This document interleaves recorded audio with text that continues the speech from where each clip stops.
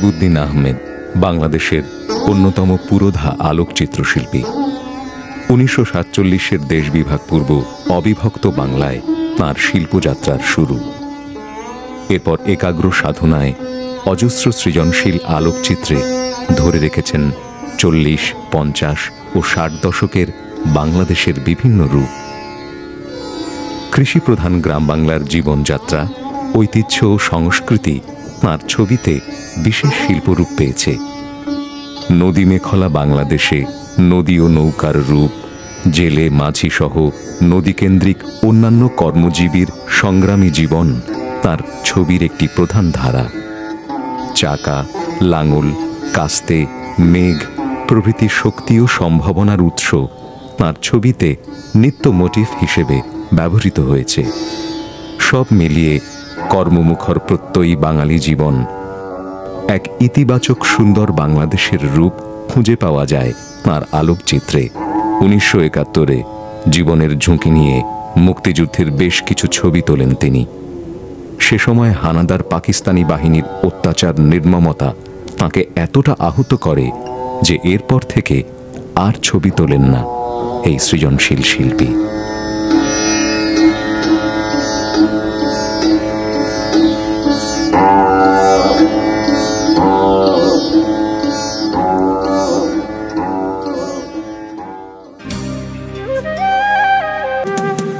ছেলে আমার বড় হবে, মাকে বলতো সে কথা, হবে মানুষের মতো মানুষ। লেখা ইতিহাসের পাতায় নিজ হাতে খেতে পারতাম না। বাবা বলতো, ও খোকা, যখন আমি থাকবো না, কি করবি রে বোকা, এ তো রক্তের সাথে রক্তের টান, স্বার্থের অনেক ঊর্ধ্বে। হঠাৎ অজানা ঝড়ে তোমায় হারালাম, মাথায় আকাশ ভেঙে পড়লো। বাবা কতদিন কতদিন দেখি না তোমায়, কেউ বলে না তোমার মতো কোথায় খোকা, ওরে বুকে আয়। বাবা কত রাত দেখি না তোমায়, কেউ বলে না মানি কোথায় আমার, ওরে বুকে আয়। চশমাটা তেমনি আছে, আছে লাঠি ও পাঞ্জাবি তোমার, ইজি চেয়ারটাও আছে নেই সেখানে, অলস দেহ শুধু তোমার। আজানের ধ্বনি আজ শুনি, ভাঙাবে না ভোরে ঘুম জানি, শুধু শুনি না তোমার সেই দরাজ কণ্ঠে পড়া পবিত্র কোরআনের বাণী। বাবা কতদিন কতদিন দেখি না তোমায়, কেউ বলে না তোমার মতো কোথায় খোকা, ওরে বুকে আয়। মারা গেছে 86 সালে, এবং সে ওই কৃষি বিশ্ববিদ্যালয় স্কুলে শিক্ষকতা করত। তারপরে তখন আমার ছেলেরা খুব ছোট ছিল, তো আমি এমন দিন গিয়েছে যে ছেলেদের ভাত রান্না করে খেয়ে স্কুল বা কলেজে পাঠিয়েছি। আমার বাবা, মা, স্ত্রী, এদের কথা তো নিশ্চয়ই মনে পড়ে। তবে খুব যখন মনে আকুলতা আসে, এদের ছবি দেখি। এটা আমার বড় ছেলে নিপুণ, এটা হলো নিপুণ, এটা হলো পান্থ, সবচেয়ে ছোট ছেলে। আমি 1960 সালে বিয়ে করি এবং আমাদের সমস্ত সময়কালটাই কেটেছে ময়মনসিংহে কৃষি বিশ্ববিদ্যালয়ে। স্বাধীনতার আগে পূর্ব পাকিস্তানে আমরা 4 জন ফটোগ্রাফার ছিলাম। তার মধ্যে নাইবুদ্দিনের সঙ্গে আমার বেশ একটু ঘনিষ্ঠতা ছিল। উনি গ্রামে, তারপরে বিভিন্ন জায়গায় গিয়ে মানুষের জীবন সম্পর্কে নানান ধরনের ছবি তুলতেন। সেই সময় যারা ছবি তুলতেন তাদের মধ্যে তিনি অবশ্যই অত্যন্ত উচ্চমানের একজন আলোকচিত্র শিল্পী। ভাই বলে নয়, আমি তাকে রেসপেক্ট করতাম একজন সৃজনশীল আলোকচিত্রী হিসাবে। আমি নিজে অনুপ্রাণিত নাইবুদ্দিন আহমেদের আলোকচিত্র শিল্প দেখে, রিয়েলিস্টিক, এবং আমি বলবো যে কয়জন প্রাথমিক আলোকচিত্র শিল্পী আমাকে অনুপ্রাণিত করেছেন বাংলাদেশে, উনি সবচেয়ে শক্তিশালী ভূমিকা রেখেছেন আমার জীবনে।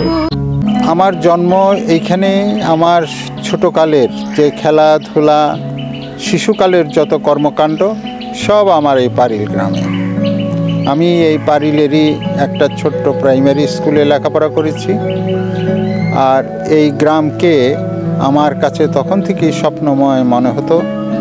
আমাদের এই বাড়ির সামনে ছিল নদী, এত বড় নদী ছিল যে আমরা এপার ওপার দেখতাম না। আমাদের এই বাড়ির সামনে সিঁড়িঘাট ছিল এবং চারিদিকে খালি পানির থই থই অবস্থা, এবং বর্ষাকালে যে ঢেউ এসে আমাদের বাড়ির সামনে আশ্রে পড়তো, পাল তোলা শত শত নৌকা এখান দিয়ে চলতো এবং বড় বড় স্টিমারও আসতো। এই সমস্ত তখন আমাদের স্মৃতির মণিকোঠায় এগুলো খুব উজ্জ্বল হয়ে ওঠে। শুকনোর দিনে বর্ষাকাল চলে গেলে যে শীতকাল আরম্ভ হতো, তখন চারিদিকে থাকতো সর্ষা ফুলের হলুদ বর্ণের একটা মায়াজাল, সেতে আমরা সব মুগ্ধ হয়ে তাকিয়ে থাকতাম এবং হাজার হাজার পাখি এই আমাদের বাড়ির চারপাশে কলকাকলিতে ভরে থাকত।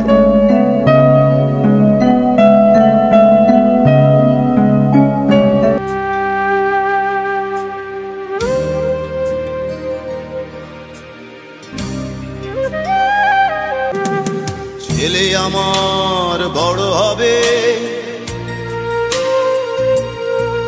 মাকে বলতো সে কথা, হবে মানুষের মতো মানুষ। লেখা ইতিহাসের পাতায় নিজ হাতে খেতে পারতাম না। বাবা বলতো, ও খোকা, যখন আমি থাকবো না, কি করবি রে বোকা, এ তো রক্তের সাথে রক্তের টান, স্বার্থের অনেক ঊর্ধ্বে। হঠাৎ অজানা ঝড়ে তোমায় হারালাম, মাথায় আকাশ ভেঙে পড়লো। বাবা কতদিন কতদিন দেখি না তোমায়, কেউ বলে না তোমার মতো কোথায় খোকা, ওরে বুকে আয়। বাবা কত রাত দেখি না তোমায়, কেউ বলে না মানি কোথায় আমার, ওরে বুকে আয়। এ তো রক্তের সাথে রক্তের টান, স্বার্থের অনেক ঊর্ধ্বে। বাবা কত রাত দেখি না তোমায়, কেউ বলে না মানি কোথায় আমার, ওরে বুকে আয়। ছেলে আমার বড় হবে, ইতিহাসের পাতায় নিজ হাতে খেতে পারতাম না। বাবা বলতো, খোকা, ও খোকা, যখন আমি থাকবো না, কি করবি রে বোকা, এ তো রক্তের সাথে রক্তের টান, স্বার্থের অনেক ঊর্ধ্বে। হঠাৎ অজানা ঝড়ে তোমায় হারালাম, মাথায় আকাশ ভেঙে পড়লো। বাবা কতদিন দেখি না তোমায়, কেউ বলে না তোমার মতো কোথায় খোকা, ওরে বুকে আয়। বাবা কত রাত দেখি না তোমায়, কেউ বলে না মানি কোথায় আমার, ওরে বুকে আয়।